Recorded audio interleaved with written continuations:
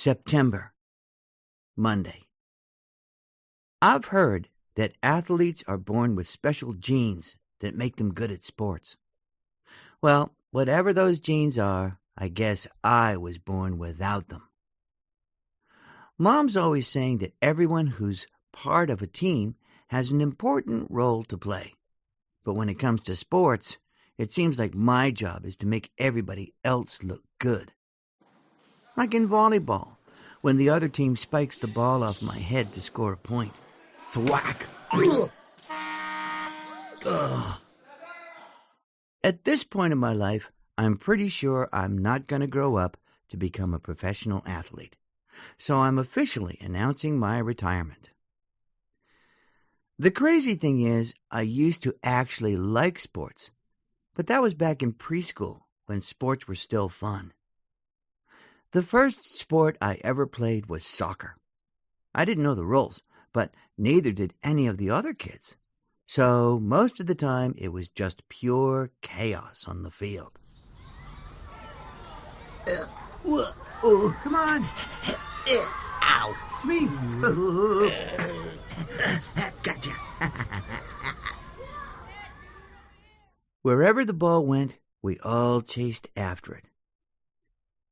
Every once in a while, the ball would pop out of the pack and go in someone's goal. Then everyone would celebrate. Yay! Hooray! Ooh. Nobody kept score, so you never knew who was winning or losing. And the parents didn't care because they were too busy talking, sunbathing, and listening to music.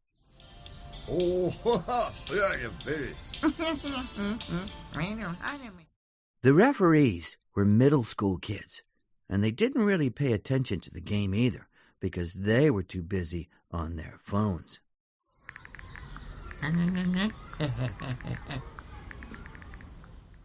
In fact, the refs didn't even blow their whistles when the ball went out of bounds. So half the time, we'd be playing soccer on a baseball field and didn't know it. After the game, we'd always get slushies and junk food at the snack shack. And sometimes we wouldn't even wait for the game to be over to treat ourselves on the field rather than actually playing. The coaches were really nice and made sure everyone got a chance to score, even if that meant holding the kids up right in front of the soccer net. And that made everyone feel good about themselves.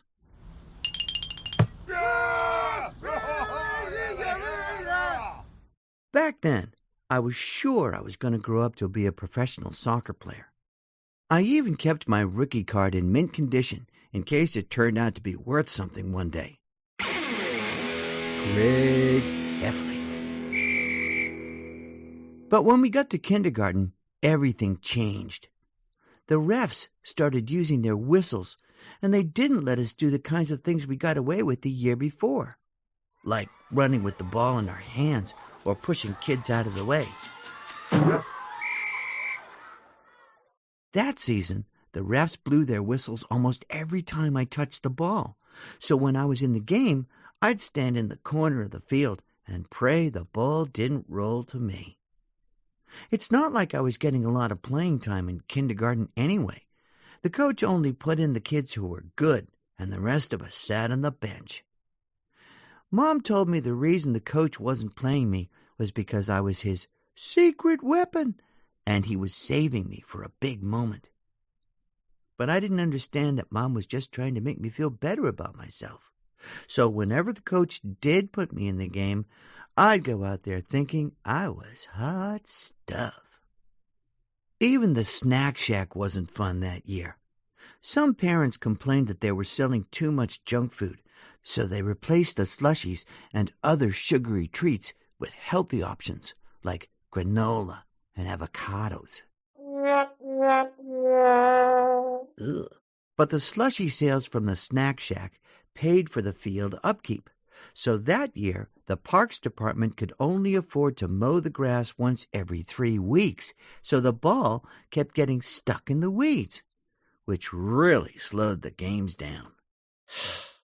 After a bunch of kids got ticks from playing soccer in the long grass, they decided to end the season early, which was totally fine with me because that meant Mom didn't need to pull any more ticks off my rear end.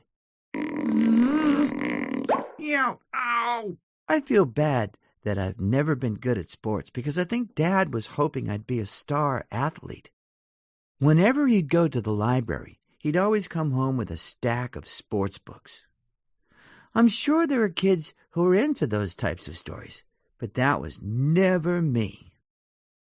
If you go to the library, you'll find all sorts of books about kids who do amazing things and lead their teams to victory, like The Winner by Todd Frederick and A Kid Named Champ by Colin Nixdorf.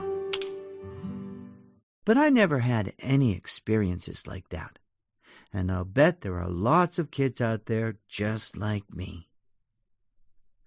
So one of these days, somebody should write a book for the rest of us. It's not like I've got anything against sports. I like them just fine, as long as I'm not the one playing. In fact, this summer I watched the Olympics on TV pretty much nonstop. It was Mom's idea for us to watch the games as a family. She says that these days everyone's in their own little bubbles, and sports is one of the only things that can still bring people together. But I think a little togetherness goes a long way, because Mom had us scoring the athletes on TV while Manny cheered them on with a flag. Yay! Go! Yay! Mom says she loves the Olympics because they show what human beings are capable of at their best. But I like watching for the bloopers, like the pole snapping in the middle of a pole vault. What? Snap! I'm just glad it's somebody else out there and not me, because I'm sure I'd be nervous if I knew there were millions of people watching from home. And when you mess up in the Olympics, you're supposed to act graceful about it. But if I just spent 4 years of my life training and then made some dumb mistake, I'm pretty sure I'd have trouble smiling for the cameras.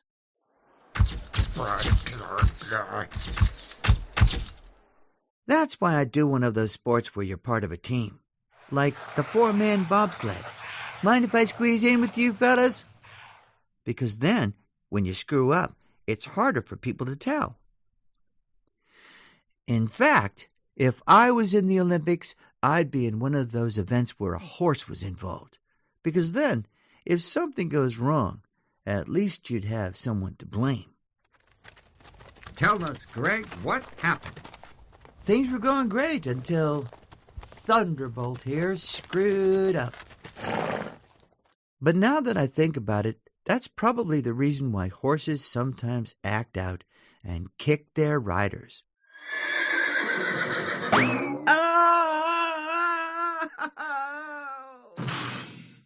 Even though we watched a lot of Olympics coverage, I still don't understand the way everything works. For one thing, I don't see why they only hand out medals to the athletes who take the top 3 spots in a competition. It seems to me like they could keep going with the medals so everyone goes home with a prize. 15th place on a Minium medal is awarded to Greg Heffley. Chomp. The way it is right now, they give you a gold medal if you take first place, silver if you take second, and bronze if you take third. But I feel like there's a pretty big step down between silver and bronze. At least gold and silver are worth something. But if you won a bronze medal, you'd be lucky to get a few bucks for it. I figure the moment your medal is the most valuable is right after you win it. So if I got one, I'd try to take advantage of the live TV audience and say, "This dazzling medal can be yours to own. Serious offers only."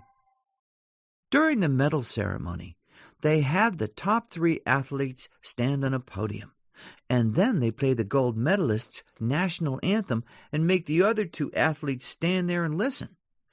But if I took silver or bronze, I'd pop in some earbuds so I could jam to my own tunes.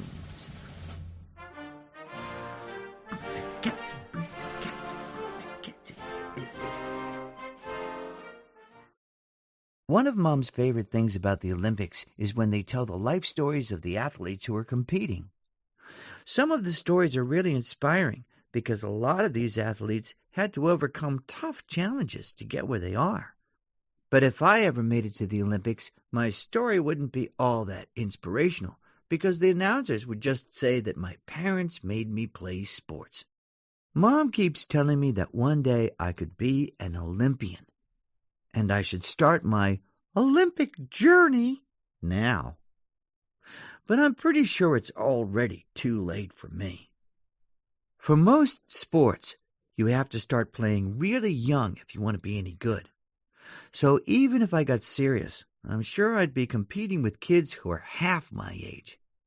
And I don't really want to learn tennis with a bunch of kindergartners.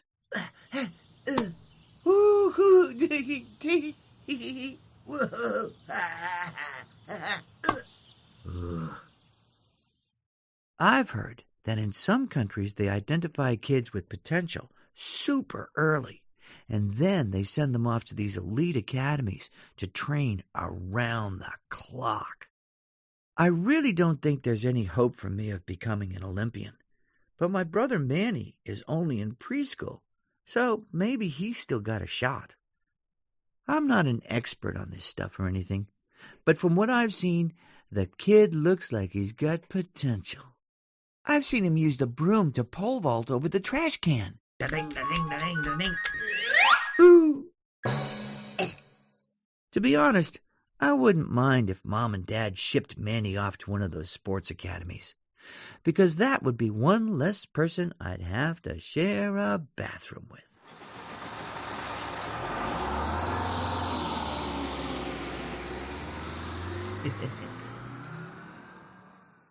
But maybe there are some sports that you can start when you're a little older, and there's still hope for a person like me, because it would be pretty cool to represent your country as an Olympian, no matter what sport you compete in.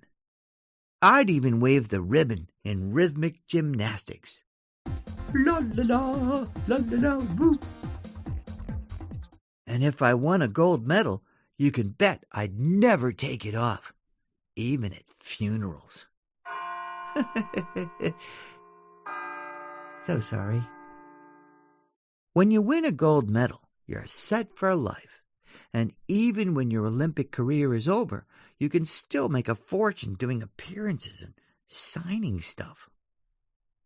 But the real money's in advertising products on TV.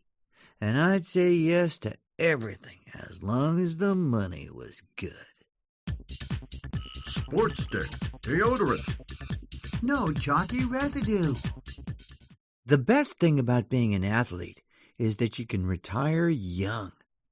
And that would be great for a person like me, because there are lots of places I'd like to visit and things I'd like to see.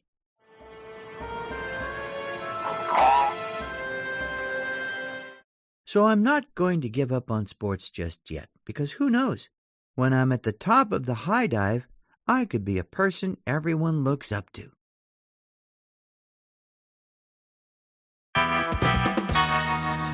Tuesday. It turns out I'm going to have a chance to prove myself sooner than I thought. When we got back to school after summer vacation, there were posters in the hallways announcing Field Day. They said, "Calling all athletes.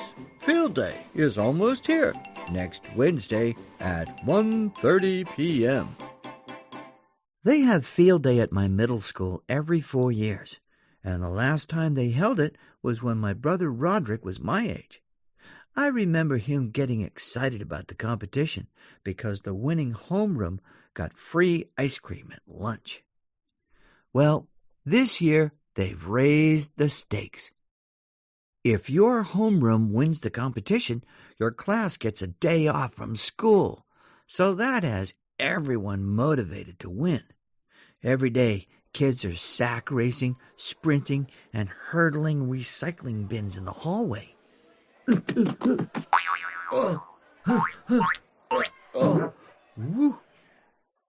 But the person who wants the day off the most is Mrs. Bosch, my homeroom teacher. She's pregnant and is always telling us how hard it is to be on her feet all day. Sometimes she even puts a foot on one of our desks so she can show us how swollen they are. Ugh. Well, I could use a day off from school, too. I don't want to let Mrs. Bosch or the rest of my team down, so I'm actually taking this competition pretty seriously. The thing is, I'm not in the best shape right now, so unless I do something about it, I won't be able to help us on the big day. I told Dad I wanted to get in shape, and he said I could start going to the gym with him. I'm not trying to be rude or anything, but Dad's been going to the same gym for years, and whatever he's doing there doesn't really look like it's working. But I figured anything would be better than what I've been doing for exercise, which is nothing. So after dinner, I threw on some workout clothes and tagged along with Dad. The gym was packed, but I noticed there weren't any people my age there. Dad told me that technically kids aren't allowed at the gym, but if I didn't call attention to myself, I should be okay. There was all sorts of fancy equipment that I couldn't wait to try out, but Dad said it was best to start off slow, and he took me to the area of the gym where he likes to work out. When Dad showed me his exercise routine, I could understand why he hasn't been getting any results. He mostly just bounces on a giant exercise ball. After Dad did a few sit-ups and jumping jacks, he said he was going to go relax in the sauna for a while, and that meant I was free to exercise on my own. But the thing is, I didn't really know how to use any of the machines because they were all too complicated. So I had to try and figure things out for myself, and I'm still not 100% sure I was using the equipment the right way, because I ended up upside down with my legs wrapped around the pull-down bar. What I really wanted to do was try out some of the things with screens on them, like the treadmills and the elliptical machines. But people were hogging that equipment and staying on longer than they were supposed to. And even when I gave them a gentle reminder that it was time to let someone else have a turn, nobody seemed to take the hint. You're 20 seconds over the limit. While I waited for one of the machines to open up, I passed the time by watching television. But the TVs were all tuned to some boring business show. So I found the remote and changed the channel to something a little more interesting. A monster truck show.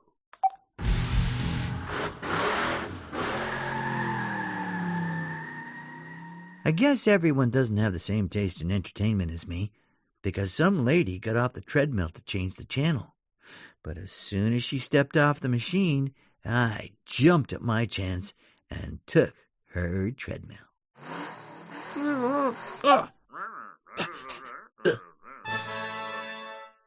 There was a big screen on the front of the treadmill, and you could choose between all these famous places to take your walk, like Camino de Santiago, or the Pacific Crest Trail, or the Great Wall of China, or the Champs-Élysées. So I spent a few minutes trying to decide where I wanted to go. After I made my choice, the treadmill started moving, and I felt like I was actually walking along the Great Wall of China. But I guess the Great Wall is steep, and I was having trouble keeping up, so after a while, I put my feet on either side of the conveyor belt and took in the sights the easy way. I realized I wasn't making the most of my time at the gym, and I started feeling a little guilty about it.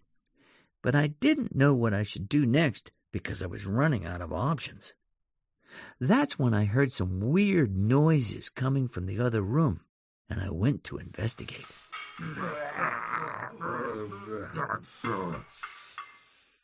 It turns out there was a weight room in a whole different area of the gym, and it looked like this was where all the serious people hung out.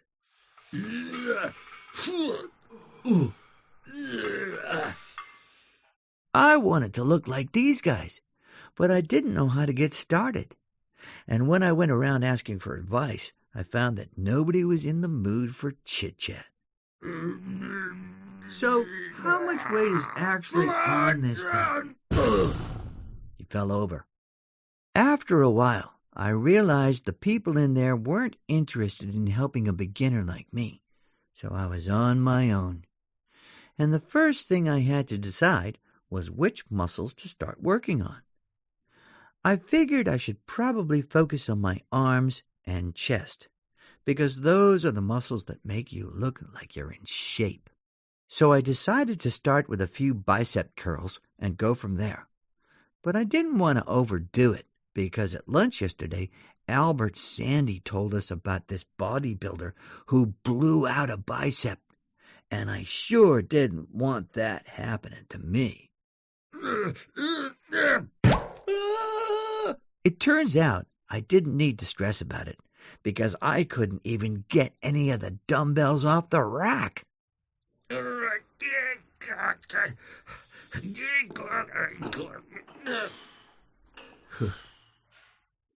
I thought I might have better luck with the bench press, but I couldn't budge the barbell either. And I have to admit, I was getting a little frustrated.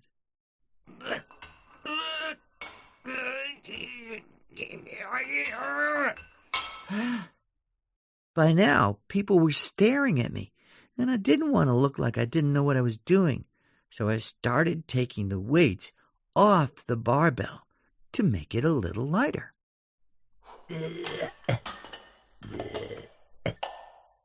But it turns out you're not supposed to take the weights off one side of the barbell all at once, because when you do, everything slides off the other side. And apparently, people in the weight room don't like loud noises. So I guess that's the reason why they don't let kids in the gym. But it doesn't seem right that they kick Dad out too, because he really has been a loyal member.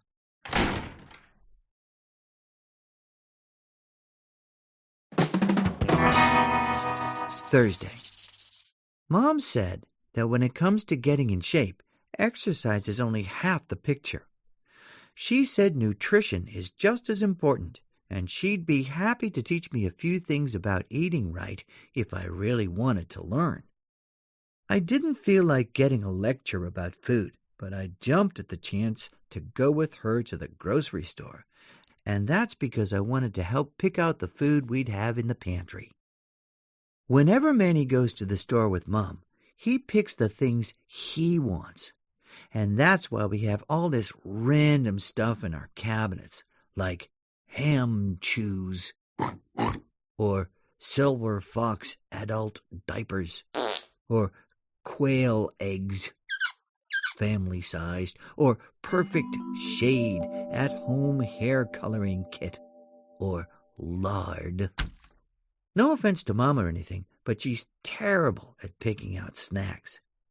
She always buys healthy stuff that tastes awful, and she won't buy any new snacks until we've eaten all the old ones, like sweet potato cookies, or prune jerky, or beet dip, or haddock skin chips, or chickpea clusters, or seaweed bars. Ugh.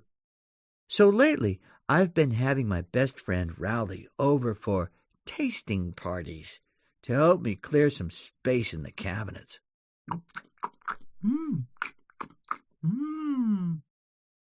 When we got to the grocery store today, I split off from Mom, then loaded up the cart with a bunch of my favorites. Then I grabbed a few healthy items just to make Mom happy. But it turns out my idea of health food isn't the same as Mom's. When we met back up, she went over each item I picked out and explained why it wasn't good for me. She held up a bottle of fruit juice, which I thought was a pretty solid choice on my part. But Mom said it was full of sugar, and there wasn't any nutritional value to it. I told Mom she was wrong because there was a picture of tons of different fruits right there on the bottle. Then Mom showed me the label, and I couldn't believe they can even get away with that. It said, Berry Bonanza. Contains no actual fruit juice. Mom said that if you really want to know what's in the food you buy, you have to read the list of ingredients. And she told me the cans of Chef Marinara pasta I had in the cart were full of all sorts of chemicals. But I knew Mom was wrong about that one, because I've seen the Chef Marinara ads on television that show him making his pasta by hand in old Italy.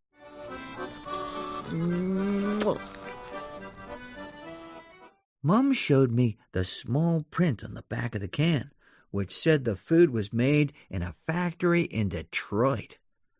She said Chef Marinara probably wasn't even a real person, and they just hired an actor for those TV ads. Well, that made me feel pretty stupid for dressing up as Chef Marinara in our wax figure exhibit at school last year. Then I started to wonder if Rotten Rudy was a real person, because those Rotten Rudy TV ads scared me into drinking a gallon of milk every day. Don't be like Rotten Rudy and have rotten teeth. I should have drank milk. Drink milk. Mom said food companies are really clever about slipping their advertising into places you wouldn't expect, which made me think about the posters that are up in our hallways at school. The Read and Refresh poster shows a boy reading a book while downing a jug of Berry Bonanza. And the Food Pyramid poster gives Berry Bonanza the biggest share. She explained that sometimes packaged food companies use cartoon characters to get young kids to want their products.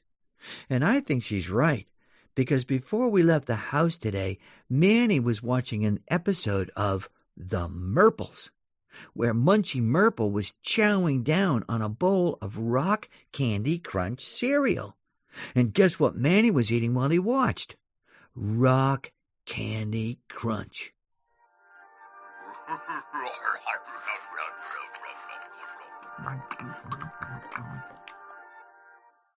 Mom told me that when she buys food for the family, she checks the labels and doesn't buy anything with ingredients she can't pronounce. Then she said the best thing to do is buy food with only one ingredient, like fruits and vegetables. Well, I don't know if it's just my generation, but it's a little hard for a kid like me to eat something that isn't wrapped in cellophane or doesn't come in a cardboard box. In fact, if chocolate bars grew in the ground, I'll bet I wouldn't touch them. But if the people who sell fruits and vegetables want to get kids eating that stuff, they're going to need to step up their advertising game by marketing vegetables as rock stars. Berry beet. Ashton asparagus. Brett broccoli on lead. Caitlin carrot on vocals.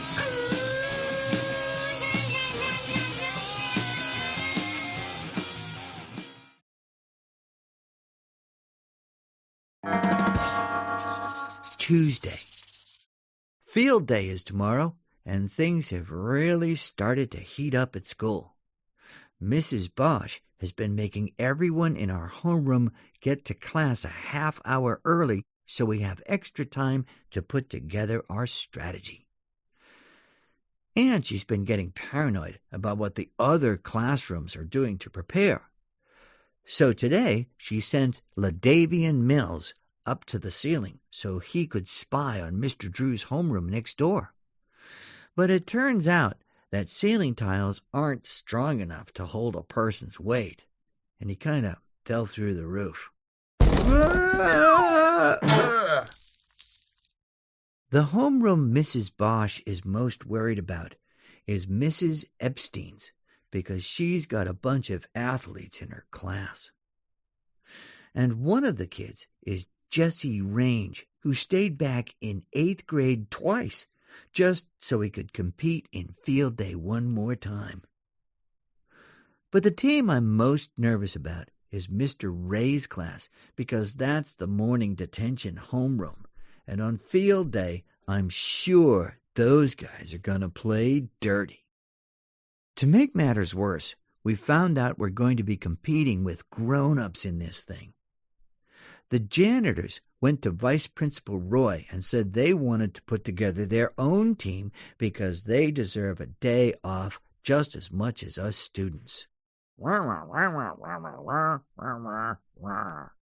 guess that's fair, but the bathrooms have been getting pretty gnarly ever since they started spending all their time training.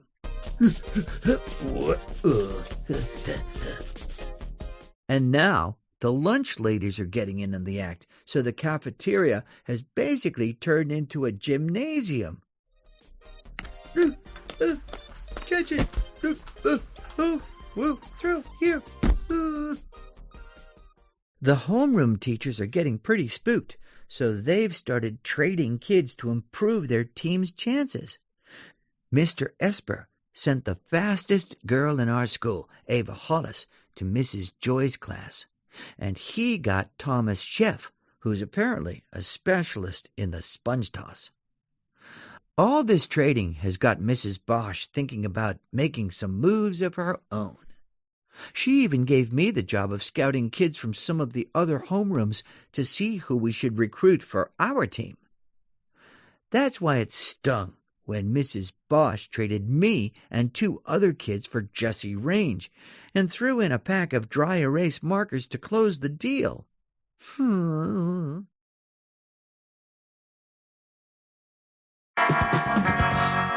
Thursday.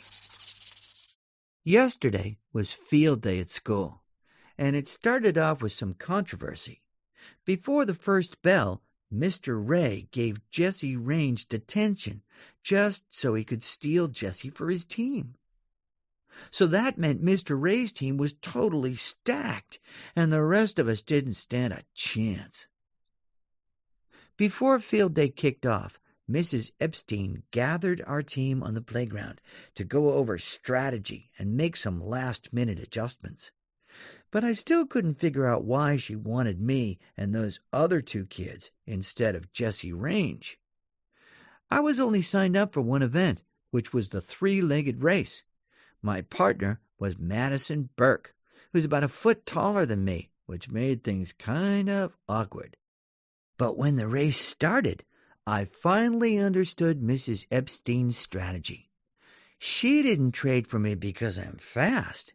She traded for me because I'm light, and Madison could just drag me to the finish line.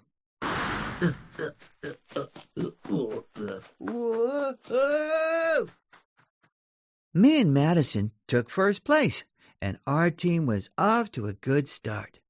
But we had a big setback a few minutes later when Marcelo Romero rolled an ankle in the sack race. It turns out the lunch ladies had left some potatoes in a few of the sacks, and I'll bet that wasn't an accident. Whoa! Marcelo was supposed to run the 50-yard dash next, and all the other kids in our team were in the middle of events, so Mrs. Epstein told me I was going to have to fill in for him. I got second to last place because I was still kind of banged up from the 3-legged race. But I can't really run fast unless I'm motivated. The fastest I've ever run was when I got chased by Roderick after he stepped in dog poop and I laughed at him. He was trying to touch me with his poop shoe, and I guarantee you if someone had been timing me that day, I would have clocked in at cheetah speed. The only reason I didn't get last place in the 50-yard dash was because as soon as the race started, Jesse Range fell flat on his face. And when that happened, I figured he must have tripped on his shoelaces or something.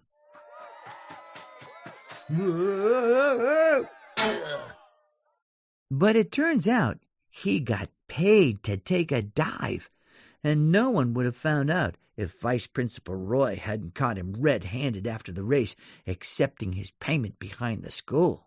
Aha! Gotcha! Jesse didn't want to get suspended, so he gave up the kids who were in on the betting scheme, and those guys had a whole gambling operation running out of the AV closet on the second floor. The rest of Mr. Ray's team was cheating too, but that didn't surprise anyone. Those kids had stored their water balloons in the cafeteria freezer, and the only reason they got caught is because George Ralston knocked Mikey Adrala out cold with a bad throw in the balloon toss.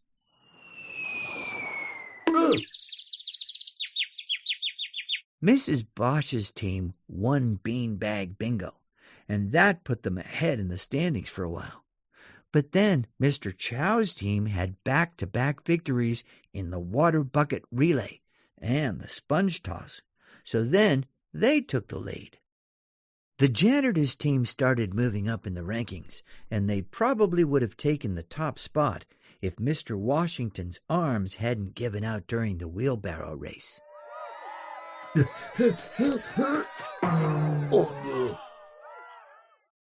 final event was the tug of war, and it came down to Mrs. Bosch's team versus the lunch ladies.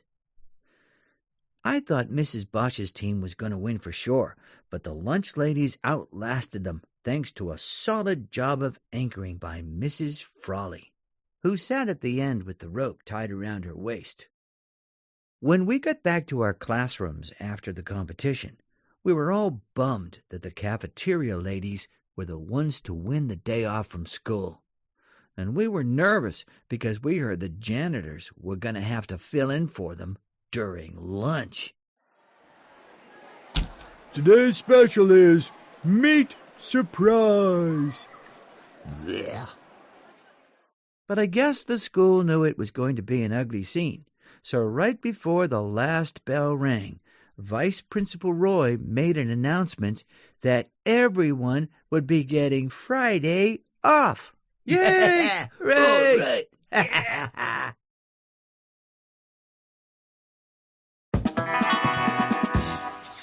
Friday. I was excited about having a whole day where I didn't have to do anything and was looking forward to sleeping in. But as soon as Mom found out about my day off, she filled it up with a bunch of appointments that she'd been wanting to schedule, like my dental checkup.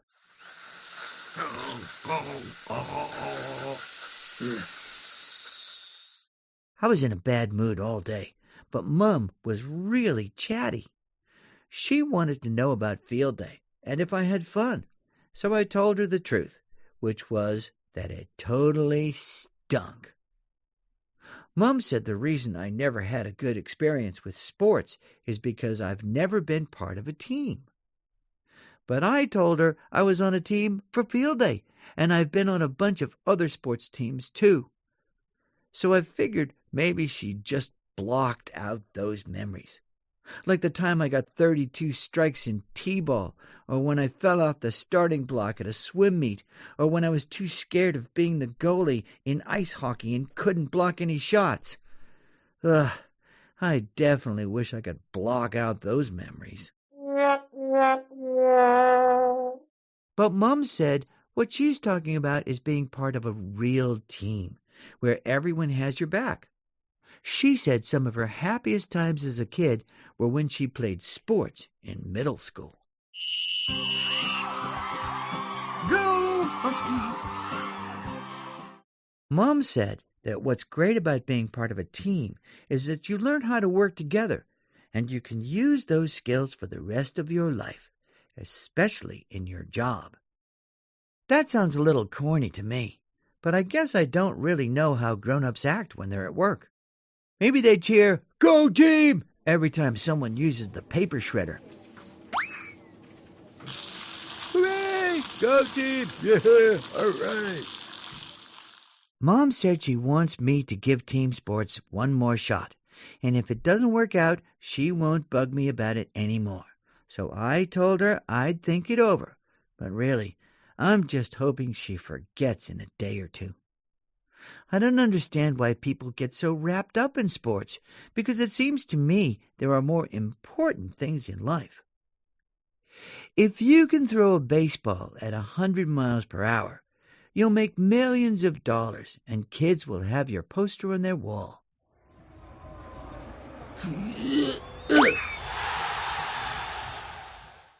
But if you're the person who ends up curing cancer, you'll be lucky if you get a pat on the back, a couple of cupcakes, and a banner that says, "Thanks, Marie. Good job." I've always wondered how sports got started in the first place. In ancient times, people were always at war, and I guess they decided they needed to figure out a way they could settle their differences without killing each other. So someone came up with the idea of sports as a more peaceful solution, even though a football pileup could still seem pretty violent.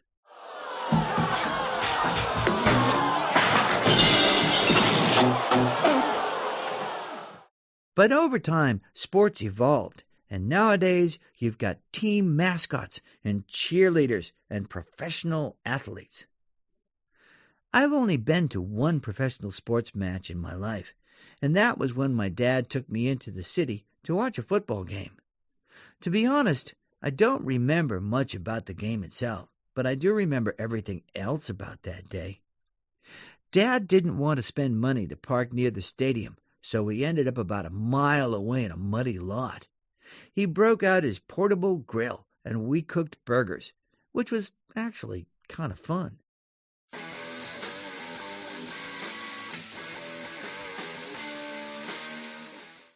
But I drank way too much soda, and on our walk to the stadium, I knew I had to find a bathroom, or I was going to wet my pants. Dad didn't want to stop at one of the porta potties because the lines for those were too long. But I told him I didn't think I could make it all the way to the stadium, so I begged him to let me pull over. I had to wait 20 minutes in line, and finally it was my turn. But I wish Dad had given me a little advance warning about what those things were like inside, because I would have just held it.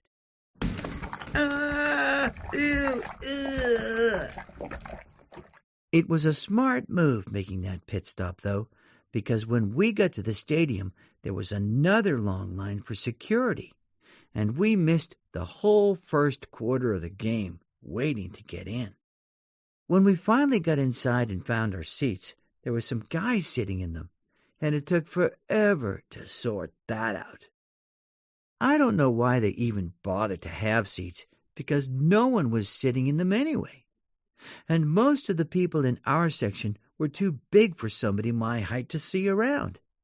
Since I couldn't see the field, I had no idea what was happening, and Dad was too wrapped up in the game to tell me what was going on. Eventually, I realized I could see the game if I just watched it on the Jumbotron, which is this giant screen that hangs high above the field. Whenever there was a pause in the action, they turned the cameras on the fans for things like the Kiss Cam.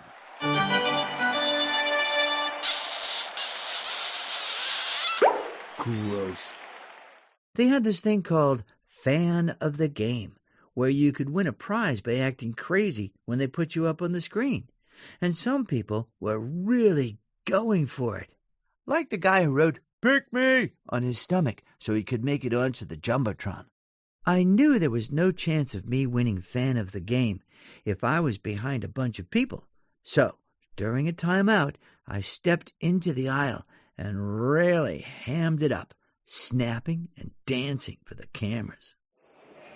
Ooh, ah, ooh, ah, ooh, ooh, ah. But I guess I was embarrassing Dad, so he gave me some money and told me I should go up to the concourse and get some snacks and a souvenir. I spent my money on popcorn and one of those giant foam fingers. But when I turned to walk away from the souvenir stand, there was a loud noise that shook the whole stadium. Apparently, when the home team scores, they shoot off a cannon. But I wished Dad had warned me that might happen, because I seriously thought we were in danger, so I hid under a cart selling cold drinks. After I was sure the coast was clear, I went to find Dad, but I couldn't remember which section we were sitting in, and Dad was the one who had our tickets. I started to panic because there were 80,000 people in that stadium, and everyone looked the same from behind. Plus, the game was tied, and the fans were too distracted to help some lost kid. Luckily, an usher saw me wandering around the concourse and brought me to the child finder station.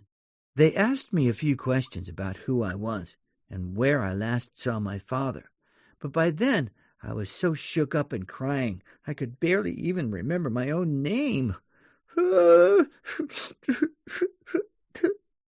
next thing I knew, I had a camera in my face, and they put me on the Jumbotron. Lost child. Frank Heffley, please come to the child finder station in Concourse B.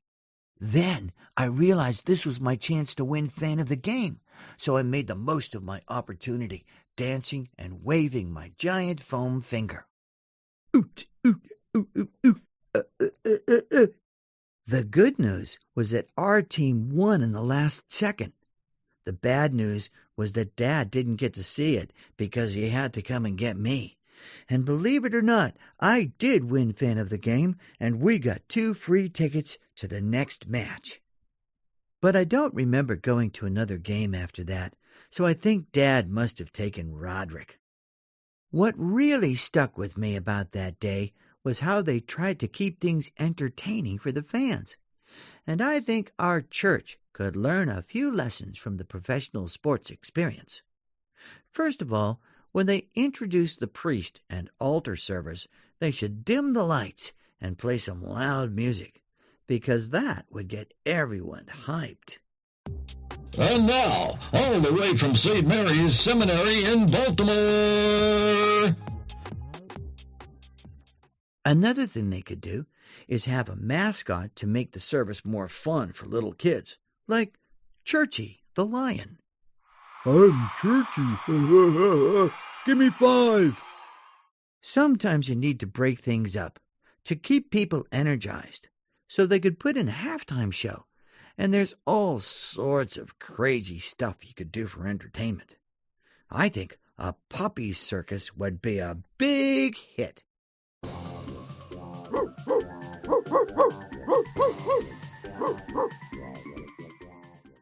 But the biggest upgrade to the church experience would be if they added a Jumbotron. For starters, it would help the people in the back feel like they were closer to the action, even if it meant a cameraman would have to stand on the altar. They could even have a random drawing to let the people who came in late get a seat up front. You've been selected for a pew upgrade. Plus, they could use the Jumbotron to encourage people to be a little more generous when they pass the donation basket around. Tanner Smith, last week's donation, $2. I got a bunch of other suggestions, and I actually took the time to write them down and put them in the offertory. But I guess the people who run our church must be pretty busy, because so far, nobody's gotten back to me.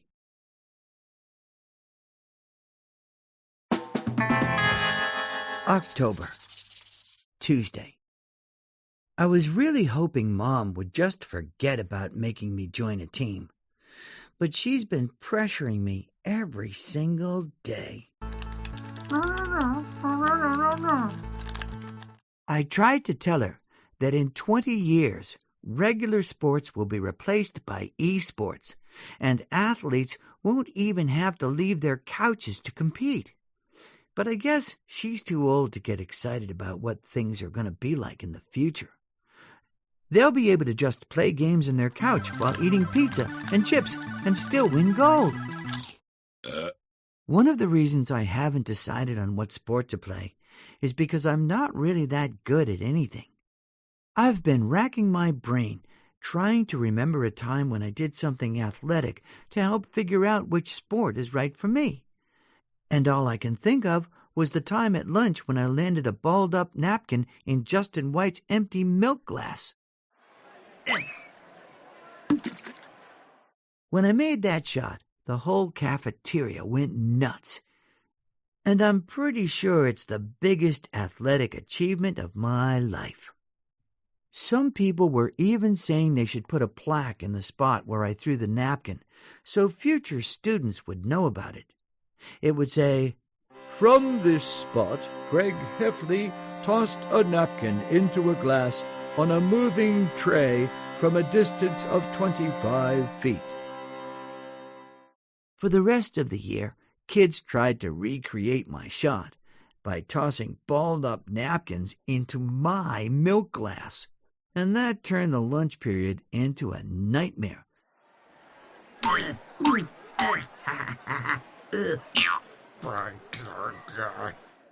I thought my napkin shot proved I had some talent, and I told Mom maybe I could try out for the basketball team.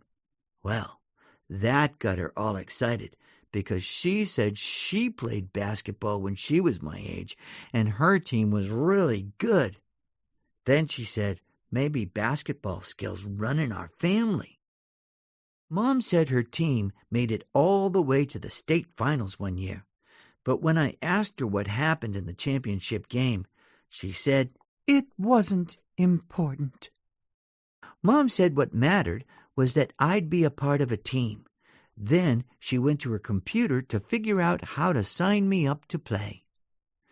I was glad Mom was excited that I decided on a sport, but there was actually another reason I picked basketball.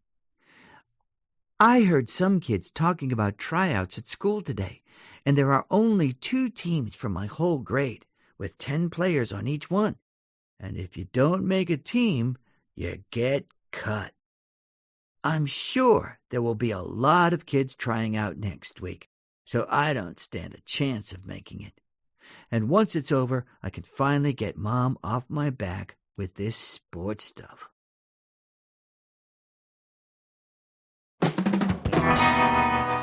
Sunday. When I got to the gym for basketball tryouts tonight, I counted 28 kids. That meant 20 kids would make one of the 2 teams, and everyone else would get cut. So I liked my odds. Plus, most of the kids looked way better than me. A lot of these guys have been playing since kindergarten, and they could dribble between their legs and do other crazy stuff with the ball. The only real experience I've had with basketball was when we did a basketball unit in phys ed last year, and that only lasted 2 days.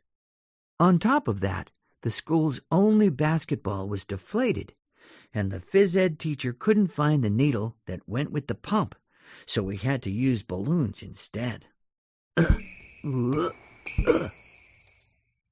There were a handful of kids at tryouts tonight who didn't look like they were that good, which made me a little nervous. I was worried I could end up making one of the teams by accident, and then I'd have to play a whole season. So I thought about actually doing badly on purpose, just in case. But my plan went out the window when Mom came to watch tryouts, because now I knew I'd have to give it my best effort. Hi, sweetie. Tryouts started at 7 p.m., and they handed each kid a practice jersey with a big number on the front and back. And from the way those things smelled, I'm guessing they've never been washed. Ugh. They split us up into 4 groups to do drills in different areas of the gym, and my group started off with dribbling. I was having a little trouble with the hand-eye coordination thing, so I kept dribbling it off my shoe. Oops. I noticed that every time I messed up, some guy with a clipboard would write down my number.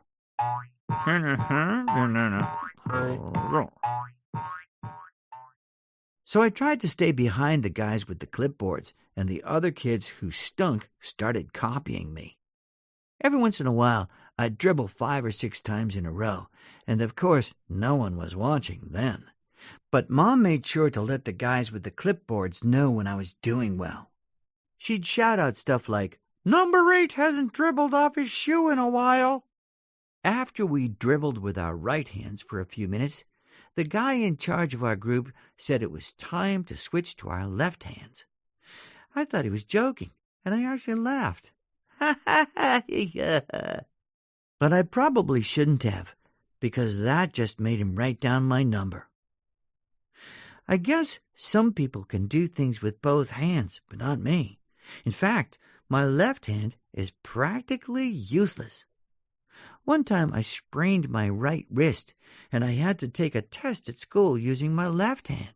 And I think I would have done better if I'd held the pencil in my mouth. Once we finished with our dribbling skills, we switched to free throws. And I really wished I hadn't learned to shoot a basketball with a balloon, because I totally misjudged how much effort I needed to put into my shot.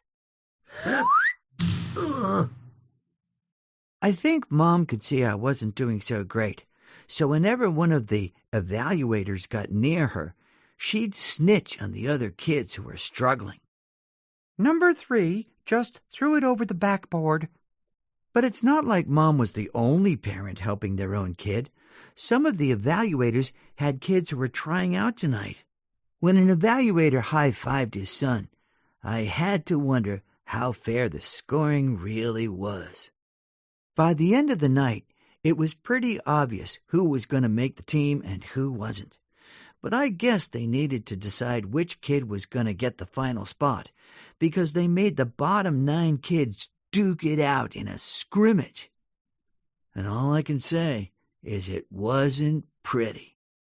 There was a lot of tripping and falling, and even punching.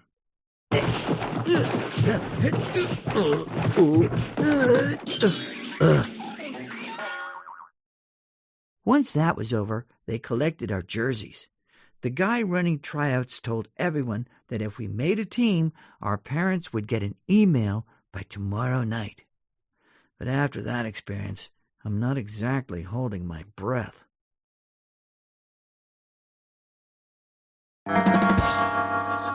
Tuesday. When I got home from school yesterday, my plan was to relax and maybe take a nap. So I was pretty surprised when I walked into the kitchen and saw cupcakes, a banner that said congrats, and a balloon that said, "You did it." I was confused because I knew for sure I didn't make either of the basketball teams. But Mom said she heard from one of the teachers who said I did. Then she showed me the email to prove it. It was from Mr. Patel, Preet Patel's father. Preet's one of the best athletes in our grade, and during the student-teacher basketball game last year, Preet totally dominated. I couldn't understand how I got on the same team as a kid like that. But Mom said the evaluators must have seen something special in me, and that's why I made the cut. When I thought back to the night before, I couldn't remember Preet actually being at tryouts. So now I was even more confused. At school today, Jabari Bruce told me what happened. Preet missed tryouts because he had to go to his uncle's funeral, and the rule was that if you skipped tryouts, you couldn't be on the team. So Mr. Patel made a new team with Preet plus all the kids who got cut, just so his son could play this season. Well, I wasn't happy to hear that. I thought I was off the hook for basketball, and now all of a sudden I was on an actual team. And I knew there was no way Mom was letting me out of this either. Our first practice was tonight at the elementary school, and when Mr. Patel saw our team assembled for the first time, I'll bet he had second thoughts about taking this on. My teammates were the kids who were in that last scrimmage at tryouts, and I already knew a few of them from school. Jabari Bruce and Tommy Chu were part of that trade deal with me on field day. Then there was Darren and Marcus Woodley, who might actually be decent athletes if they weren't always trying to kill each other. We also had Edward Mealy, who hasn't said a word since second grade, and Kevin Pomodoro, who nobody can understand when he's wearing his retainer. I guess it's always good to have a little height on your basketball team, so we were lucky to have Yusef Meskin. But Yusef likes to scoop up kids who are my size and put them under his shirt in the cave.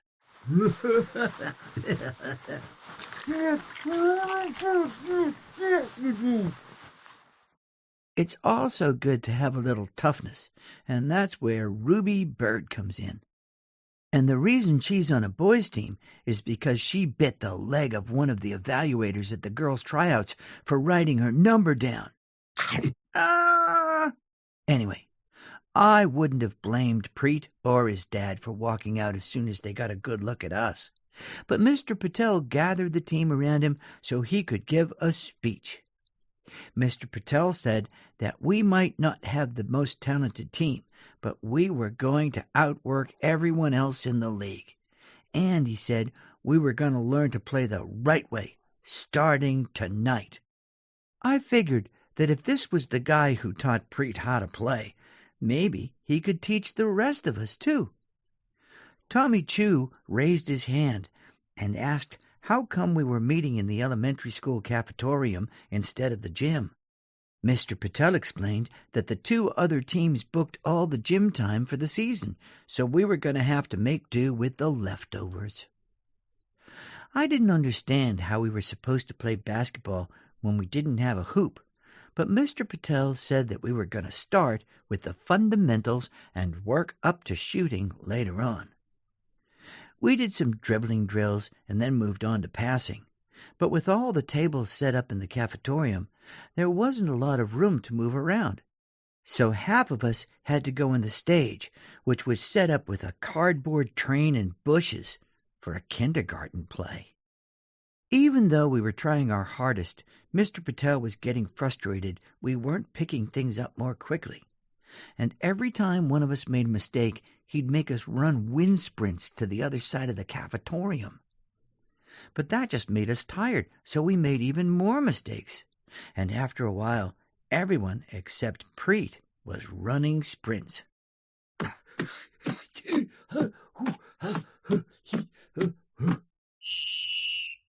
Personally, I don't think coaches should use running as a punishment because all it does is make kids hate to run. And I doubt the track coach forces his team to play basketball whenever they're slacking. Here. The thing I hate the most about running is that it makes you sweat.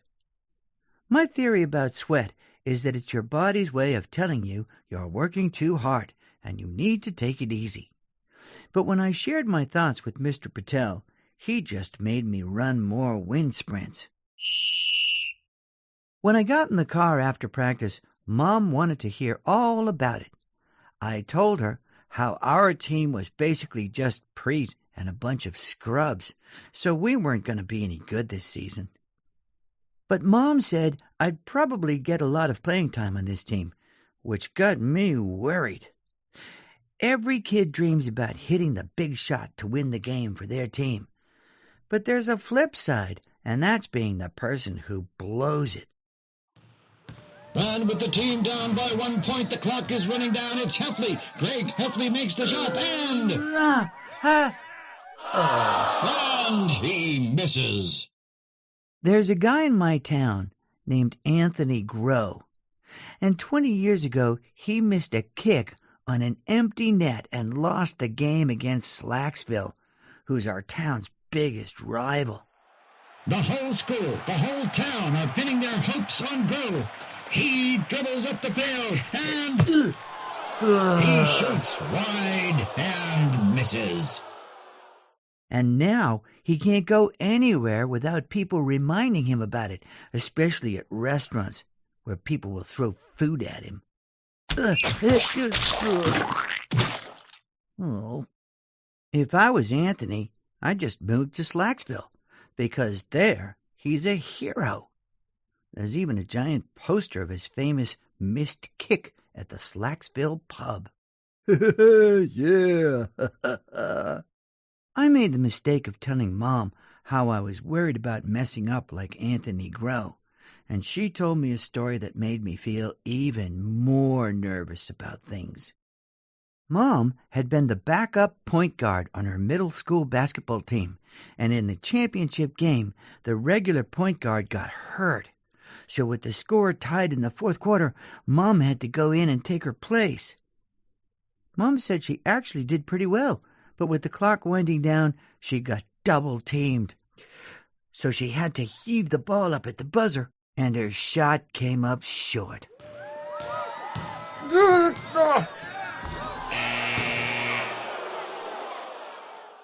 Mom says she's glad it happened because it taught her to deal with failure and made her a better person. But I'd be willing to bet Mom's teammates just wished she hadn't choked.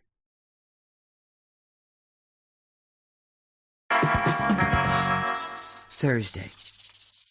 I should have done a little more research before I decided on basketball as my sport, because the schedule is brutal. We've got practice 3 days a week, plus one game on Saturday and another on Sunday. And on top of all that, I'm supposed to keep up with my homework and get enough sleep to make it through school the next day. It's hard enough getting sleep with all that racket outside my window every night, and that's because we put up a basketball hoop in our driveway.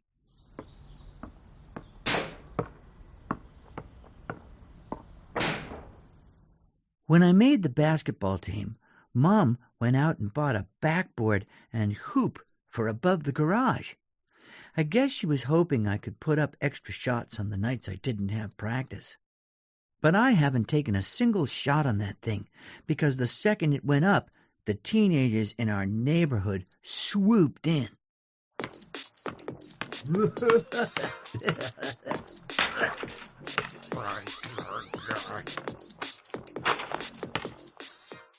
Ever since they took down the outdoor hoops at our school, there haven't been a lot of places where kids can play. So now they come to our house, and Dad has to park down the street when he gets home from work. Dad told Mom he wanted to take the hoop down, but Mom said she was happy that kids were outdoors having fun. I guess I wouldn't have minded too much either, but the teenagers don't know when to stop. And when we're heading to bed for the night, those guys are still out there going hard. Lately, Mom's been trying to give them a hint that it's time to go home by flicking the lights above the garage on and off. But I guess teenagers aren't real good at taking hints because they just keep right on playing.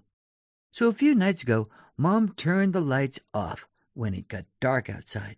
But those guys were prepared, and they set up a generator and lights in no time.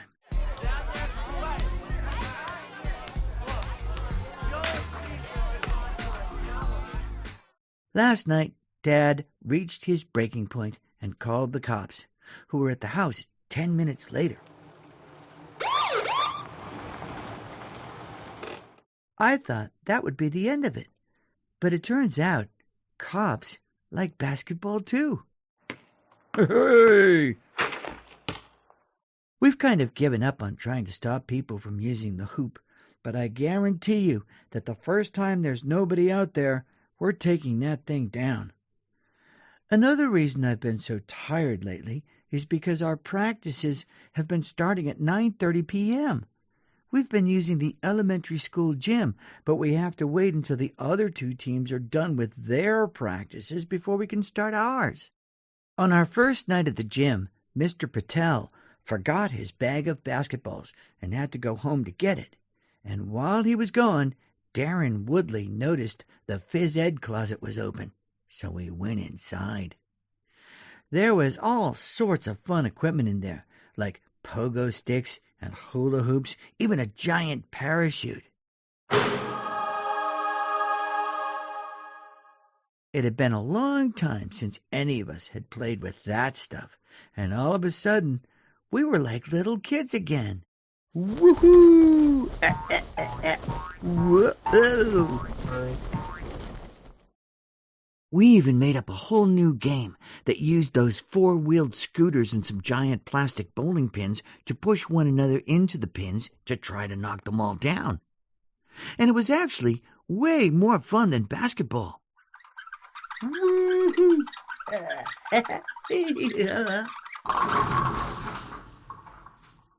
But when Mr. Patel came back with the bag of balls, he blew his whistle and shut our game down. Mr. Patel told us we were there to play basketball, not to goof around. Then he made us put everything back in the closet where he found it. I've read that basketball started off with a bunch of guys horsing around with a leather soccer ball and a peach basket. And now it's popular all over the world.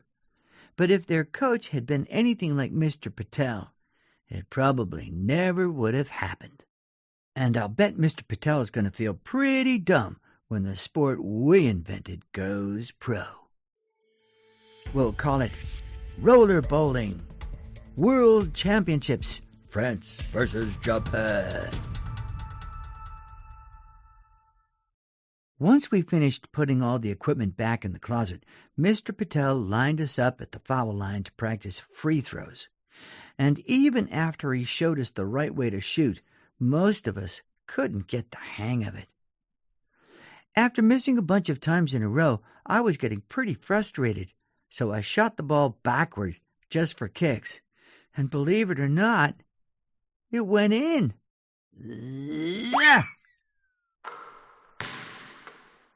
My teammates were pretty impressed, and after that, everyone tried making a backward shot. But Mr. Patel shut that down too. He said we were never going to improve until we started taking things more seriously. I tried to explain that I was better at shooting backward than forward, and maybe the way he was teaching us was all wrong. But I guess Mr. Patel thought I was being a smart aleck, so he made me run wind sprints until the end of practice. On the first few nights, we just worked on stuff like dribbling, passing, and shooting. But at the beginning of last night's practice, Mr. Patel said we were gonna scrimmage. Everybody was pretty excited that we were finally going to get to actually play. But right when we were about to start, a group of men my dad's age walked into the gym.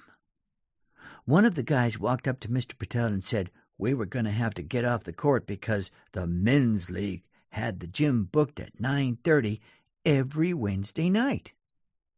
But Mr. Patel said that we had the gym until 10:30, and he had double-checked with the rec department that afternoon. Rah, rah, rah, rah, rah. Rah, rah, rah, rah, rah, rah, rah, rah, rah, rah. Things started to get a little heated. But then Mr. Patel came up with a solution. He said we could play those guys in a scrimmage, and whoever won could have the court. I was a little nervous about playing a group of grown men, but these guys didn't look like they were in the best shape, and I thought we might be able to take them.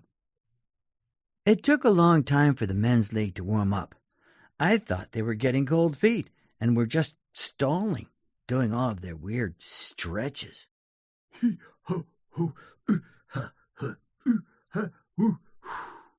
After those guys finally finished stretching, we got started. We won the tip-off, and I figured we were on our way to an easy win. But it was all downhill after that. Those men's league guys might not have been super athletic, but they knew how to play, and totally made fools out of us. The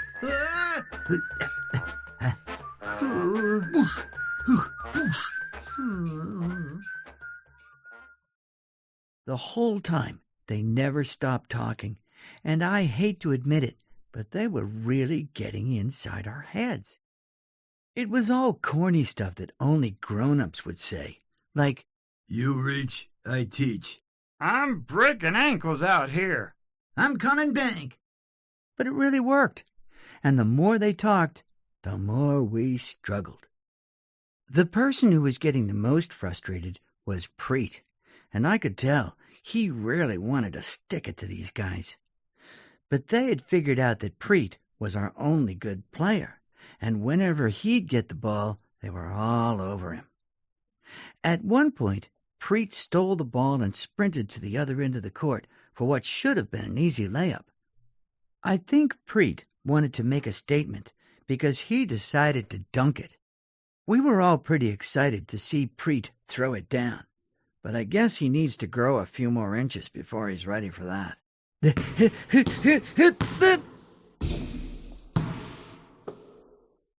Preet landed awkwardly on his ankle, and even though the game wasn't officially over, I think the men's league saw it as a win. Whoa! Yeah! Yeah! I thought Preet just rolled his ankle and he'd be back to normal for the next practice. But when he showed up at the gym tonight, he was on crutches. It turns out Preet broke his ankle, and he's out for the whole season. And that's bad news for the rest of us, because without him, we're toast. It's even worse news for Mr. Patel, because now he's stuck coaching this team for the rest of the season, and I'm sure he'd rather be spending his free time watching TV or learning to juggle. But at the beginning of practice, Mr. Patel gave a speech. He said injuries are a part of the game, and the rest of us were going to have to step up. Then he ran us through some plays that were supposed to make it easy to score. We started with 5-on-3, but nobody could make a basket, so we went to 5-on-2, then 5-on-1, and we still couldn't score. We finally hit a shot when it was 5-on-0, but the play didn't go the way Mr. Patel drew it up. Marcus Woodley only scored by accidentally bouncing the ball off Yusuf Meskin's head. So, if we actually score in our first game this weekend, it's going to be by blind luck. At the end of practice, Mr. Patel said he had a surprise for us and opened a big cardboard box. Then he started handing out uniforms. I noticed the uniforms looked kind of familiar, and I recognized a smell, too. Mr. Patel explained that there wasn't enough time to get new uniforms for the team, so they had to recycle the ones from tryouts. Ugh. But there was something different about the jerseys, because there was a logo printed in the back. Mr. Patel told us that every team has a sponsor to help pay for stuff like gym rentals, and our sponsor for the season was Marconi's Sub Shop. I guess it was tough finding a good sponsor, because I'm pretty sure Marconi's is still closed for health code violations. So now each jersey read, Marconi's Sub Shop, reopening soon.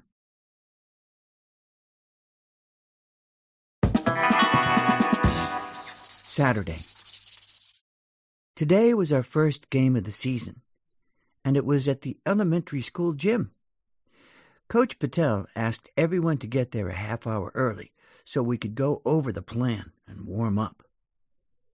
Mr. Patel showed us a few new plays he designed, which looked like they must have taken all night to draw up. I just hoped the other guys on the team understood what all the little X's and O's were supposed to mean, because it was complete gibberish to me. While we were going over the plays, the stands started filling up. I was nervous to play in front of a crowd, but it turns out I didn't need to worry about it, because when Coach Patel put in his starting lineup, I wasn't in it. We were playing against Franklin, which is a town that's 20 minutes down the road from us. Things got off to a rocky start when Franklin won the opening tip-off and took it all the way down to the other end for a layup. And that set the tone for the rest of the game.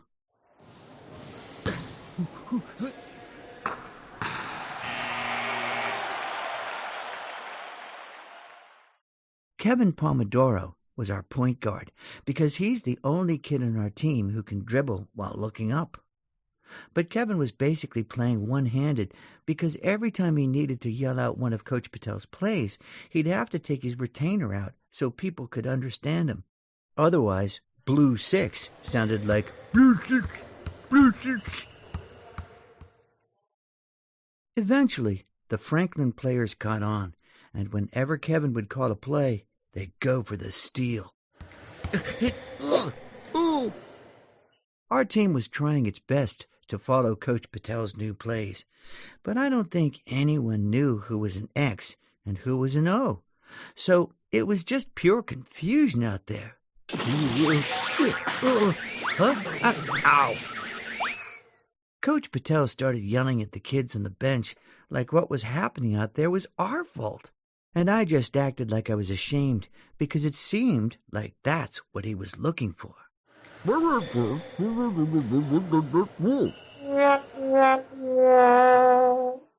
Coach Patel started subbing kids out of the game, and I was getting worried he was going to put me in. So I moved to the end of the bench and just prayed he'd forget I was there. But Mom was in the stands, and she wasn't exactly helping with her giant sign with a cutout of me and another one that said, "Put Greg in!" Even though the elementary school gym is our home court, it's not like we have a home court advantage. First of all, the gym is about 70 years old, and there are all sorts of dead spots on the floor. So even when someone on your team would try to get something going, they'd end up losing their dribble.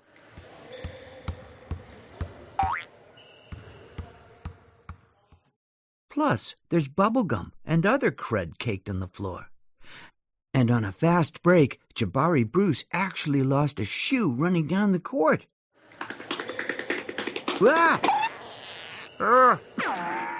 Whoever designed the gym did a lousy job because there's no room between the sidelines and the walls. So anyone trying to save a ball from going out of bounds is risking their life.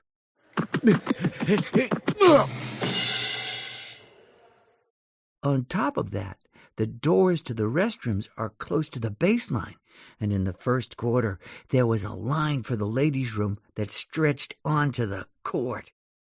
To make matters worse, the guys who used the men's room kept leaving the door open, and at one point, someone threw a bad pass, and the ball landed in the urinal.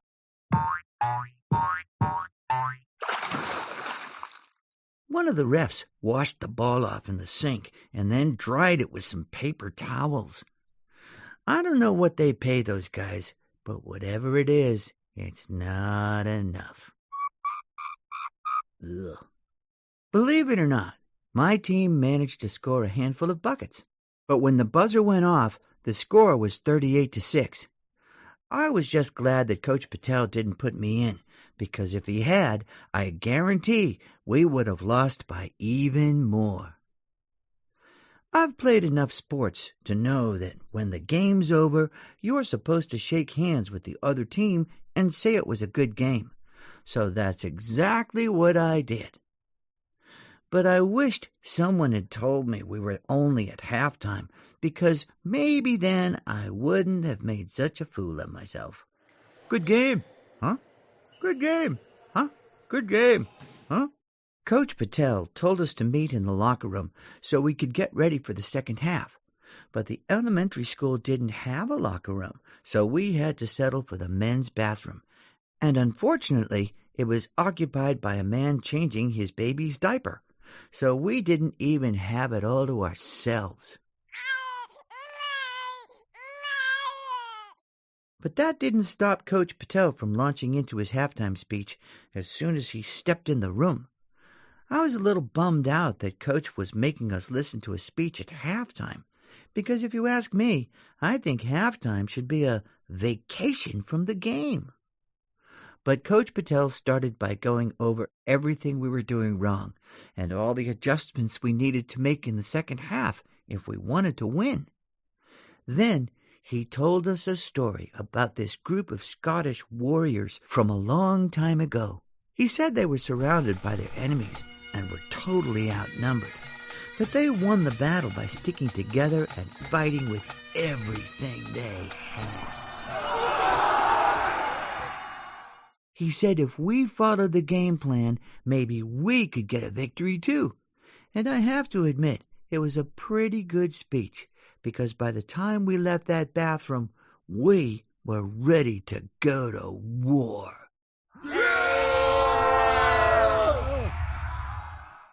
There were still a few minutes to go before the second half started, so everyone used the chance to rehydrate.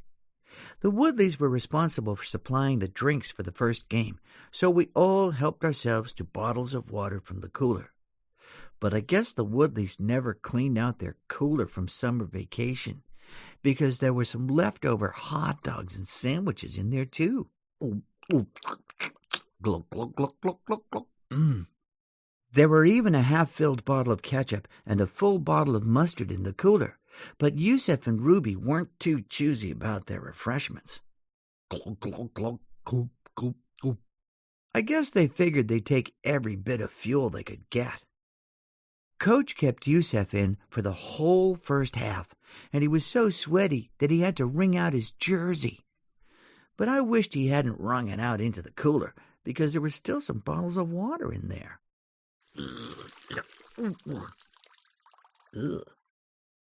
Like I said, everyone was fired up after that speech by Coach Patel, but I guess those guys in Scotland had something we didn't, because the second half of the game started off a lot like the first. Huh? Things got so out of control in the fourth quarter that Coach Patel put me and the rest of the bench in. But if he was hoping we'd give our team a spark and turn things around, he must have been pretty disappointed, because when Jabari Bruce passed the ball to me, it hit me directly in the stomach. To be honest, I can't even remember what the final score was. All I remember was that on the ride home, Mom said our coach should have run different plays and that I should have got more playing time. The only thing Dad said was that if this was golf, we would have won because we had the lowest score. I guess they were both trying to make me feel better, but it didn't really work.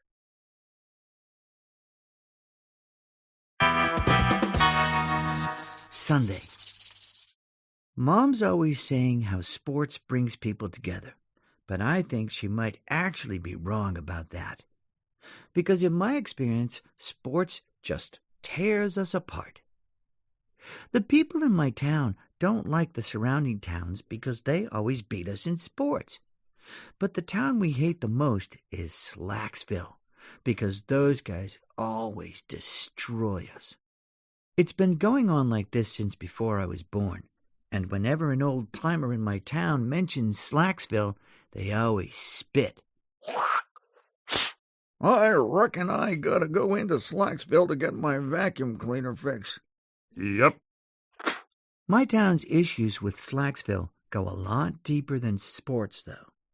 About 100 years ago, we were supposed to get a jewelry factory in our town, which would have brought in a lot of jobs and money. But some bigwigs from Slacksville swooped in at the last minute and stole the factory from us by bribing the town clerk. These days, Slacksville's got all the good stuff, like a mall and 2 golf courses, and all we've got to show for ourselves is an abandoned drive-in movie theater and Marconi's sub shop. So we're always looking for ways to get back at those guys, and since we can't beat them in sports, we have to be creative. Last year, the state was planning on putting a big garbage dump in our town, but we made some changes to our zoning laws, so the state had to put the dump in Slacksville instead. And I've heard they're not too happy about it either. I guess it's stinking up a popular park where people like to get married, and it's ruining their weddings. Hey, you. It seemed like things were going to change a few months back when the mayor of Slacksville called our mayor saying he wanted to make a peace offering. Every year, our town has a giant bonfire in the park on the 4th of July, and this year the people of Slacksville wanted to donate the wood. The timing was great because our town was out of money for recreational stuff and couldn't afford to do the bonfire this year anyway. So our mayor gave the plan the green light, and a few days later, trucks started showing up from Slacksville with piles of lumber. And they even set it all up for free.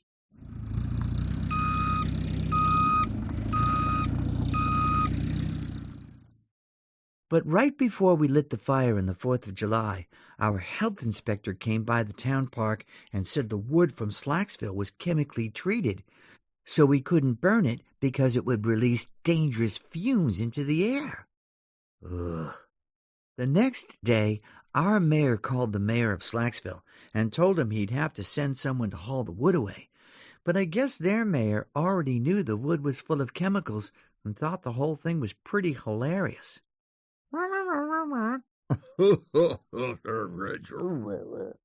So now we've got a giant pile of rotting lumber in the middle of our town park, and this fall the preschoolers had to play their soccer games around it.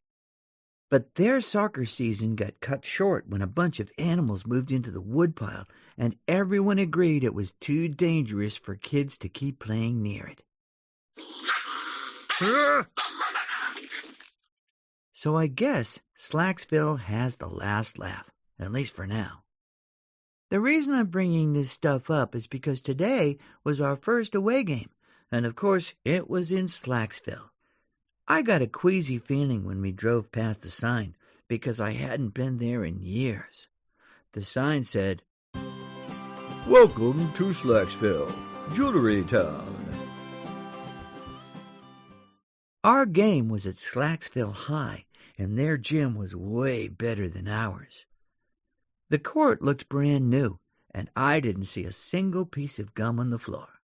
The gym was packed before we got there, and people started booing us during warm-ups. Boo! Boo! Only a few of our parents showed up to cheer us on. I had to carpool to the game with Edward Mealy because Mom said she needed to go with Dad to Manny's preschool play. But I kind of wonder if Mom bailed on me because she knew what was in store for our team in Slacksville. I was pretty anxious for the game to get started so I could take my spot at the end of the bench. But there were already people sitting in that spot, and there wasn't any room for me. There was an empty space a few rows up in the stands, so when the game started, that's where I went. But I was afraid people were going to notice that I wasn't from Slacksville and give me a hard time. So whenever the crowd booed my team, I did too. Huh? Boo! Boo! It was actually pretty easy to do because we got off to another terrible start. Slacksville started the game by hitting a deep three-pointer, and then they stole the ball and hit another one. And before long, they were ahead by 20 points. I thought that once they built up a lead, they'd start to take it easy on us. But I guess everyone in Slacksville is still sore over the garbage dump because they never let up. They started running a full-court press, which meant we couldn't even get the ball past half court. In fact, we couldn't even get the ball in play because those Slacksville kids were all over us. Ow! Coach Patel was yelling at our team from the sidelines, but his voice was drowned out by the Slacksville crowd. Get off! Every once in a while, my team would get the ball inbounds, but then 3 or 4 Slacksville players would swarm the kid who got the pass. And we couldn't even get any rebounds because their center was so big he actually made Yusef look small.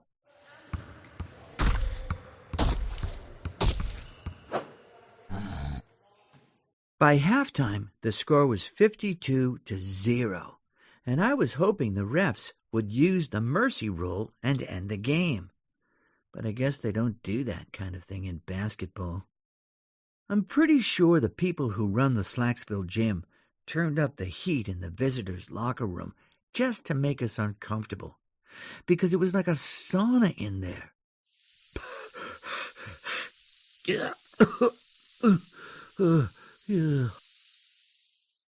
Coach Patel gave another speech, but this one wasn't about Scottish armies or anything like that. It was about pride. He said that when we stepped onto the floor, we were representing our town. Then he said we shouldn't even look at the score, because the only thing that mattered now was how hard we fought. And that got everyone just as fired up as the speech in our first game. Yeah! Roar!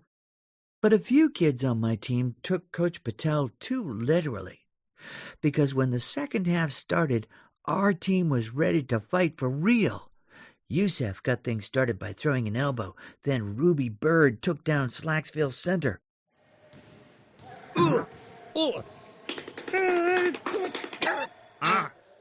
Then the Woodley brothers started going at it with each other for some reason.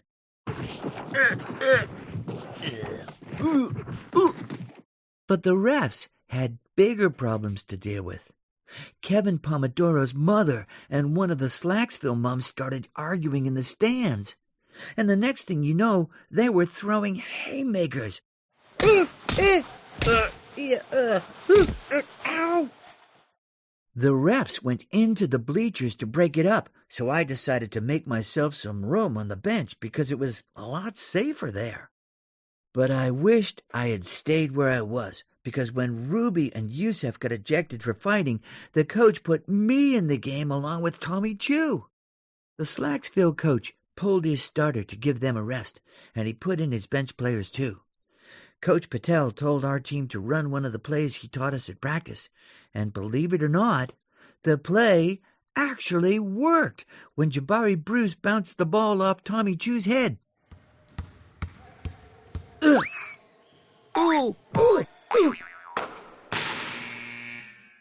Now the score was 52-2, and the Slacksville crowd was really annoyed because they thought they were going to skunk us. So the Slacksville coach put all his starters back in the game. They reeled off 23 straight points, and it seemed like there was nothing we could do to stop them.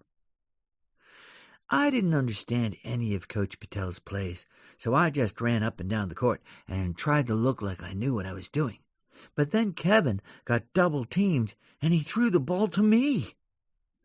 I didn't know what I was supposed to do, so I just tried to throw the ball to get rid of it. But a Slacksville player hacked me on the arm, and the ref called foul. Ow! The ref put me at the free throw line and gave me the ball, and I really wished I remembered the stuff Coach Patel taught us about shooting technique, because everyone's eyes were on me. And with all the booing and hand-waving, the Slacksville crowd wasn't exactly making it easy to concentrate. Boo! Miss it! Boo! I think fans should have to be quiet when a player's trying to shoot a free throw, but when I tried to get them to be more respectful by shushing them, it didn't work. Shh! Boo! Boo! Boo! Boo! Boo! I totally whiffed my shot, and the crowd let me hear about it. But at least it was over. Yeah. Airball! Then the ref gave me the ball and told me to shoot again. I thought he was just being nice by giving me another try. But it turns out that when there's a shooting foul, you get 2 shots. I didn't want to miss again, so I thought about shooting it backward to at least have a chance of making it. But I didn't want to make Coach Patel mad and decided to try a granny shot where you throw the ball from between your legs. But when I airballed that one, even the grannies laughed at me. After that, I was ready to go back to my spot on the bench, so I subbed myself out of the game, which I found out later is not actually a thing a player's supposed to do. Mealy, you're up. Slacksville kept running up the score, and before long it was 98-2. Then one of their players hit a three-pointer, so now they had 101 points. But the scoreboard could only display 2 digits for each team, so all of a sudden it looked like we're ahead, 2-1, with 3 minutes and 5 seconds left to play. So we started going crazy on the bench, and that really ticked off the Slacksville crowd. Yay! Woo-hoo! Yay! The clock was winding down, and Slacksville tried to move the ball up the court, but now our team was playing with pride, and we locked it down on the defensive end. Slacksville managed to get past us, and they hit a layup, and then they reeled off another bunch of points. And when the final buzzer went off, they had lapped us. Our score still read 2, but their score now read 18. Even though it was really supposed to be 118. The only thing that made me feel better was when Mr. Mealy stopped at the Slacksville dump to get rid of an old mattress. We might not ever beat those guys in sports, but at least our town doesn't smell.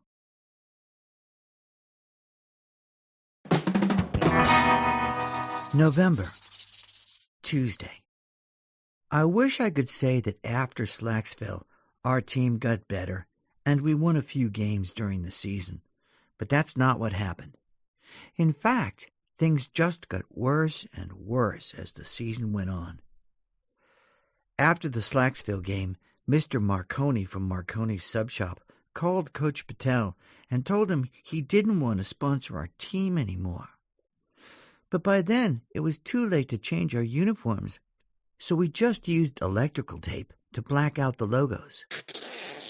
And that turned into a problem because in our next game, one of the kids on the other team got electrical tape from Yusef's jersey stuck to his face. Then when the kid's mom removed the tape, she pulled his eyebrow clean off. Whenever we'd start to fall behind in a game, Mom would let Coach Patel know what he should be doing differently, and I'm not sure he really appreciated her advice. Have you tried playing zone defense? Because maybe that would help. Somewhere along the line, the other team's coaches started feeling sorry for us, so they'd play their bench warmers instead of their starters. But that didn't change the results. The parents on our team started complaining to the rec league that we were losing by too many points, and it wasn't good for our self-esteem. So the league made some rule changes to help keep things under control.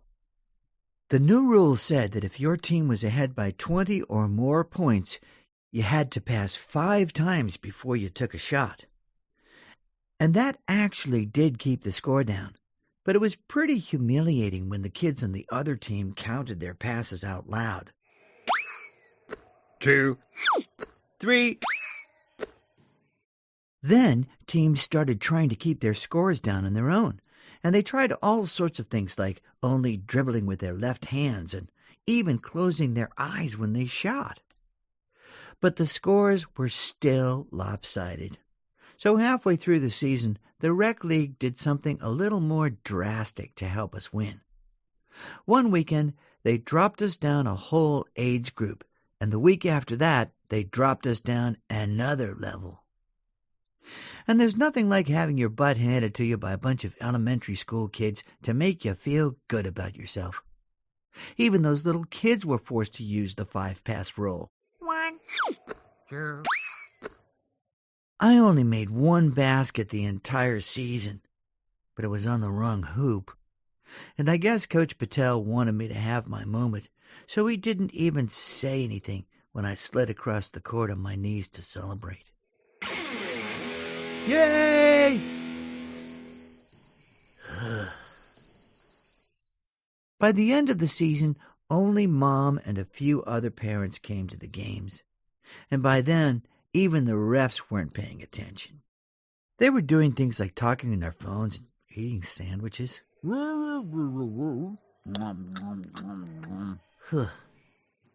were so happy when the season finally ended that we gave Coach Patel one of those victory baths like they do when a team wins a championship. But I hope he took a real shower when he got home, because the Woodley's cooler was full of sweat. After our last game, we had an end-of-season banquet at Marconi's sub shop, and the only reason Mr. Marconi agreed to host it was because his restaurant still wasn't officially open and he needed the business. But I avoided any food with mayonnaise in it, just in case. Ugh. Coach Patel handed out awards, and every player got one. But since no one was any good this season, he had to get creative. Mine said, "This certificate is presented to Greg Heffley for trying to learn a new sport." After we had cake, Coach Patel gave a speech.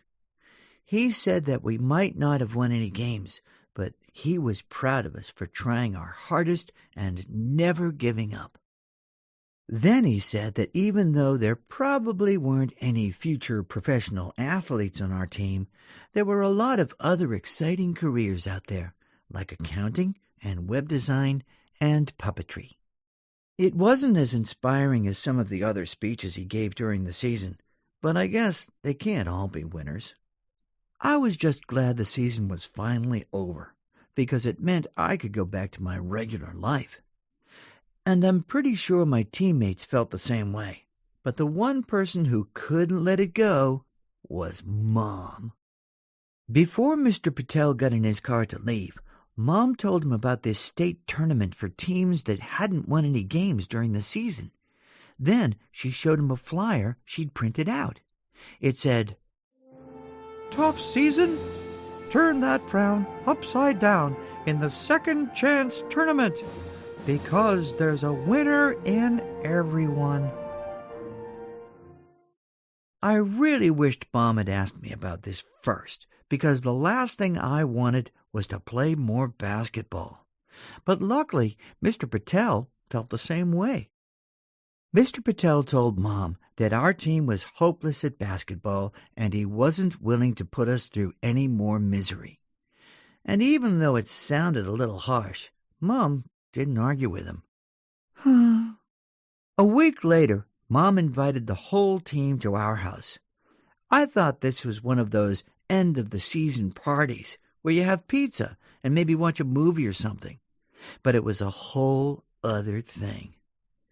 Once everyone got to our house, Mom said she had an announcement to make. She said she was going to enter us in the Second Chance Tournament and that she was going to be our coach.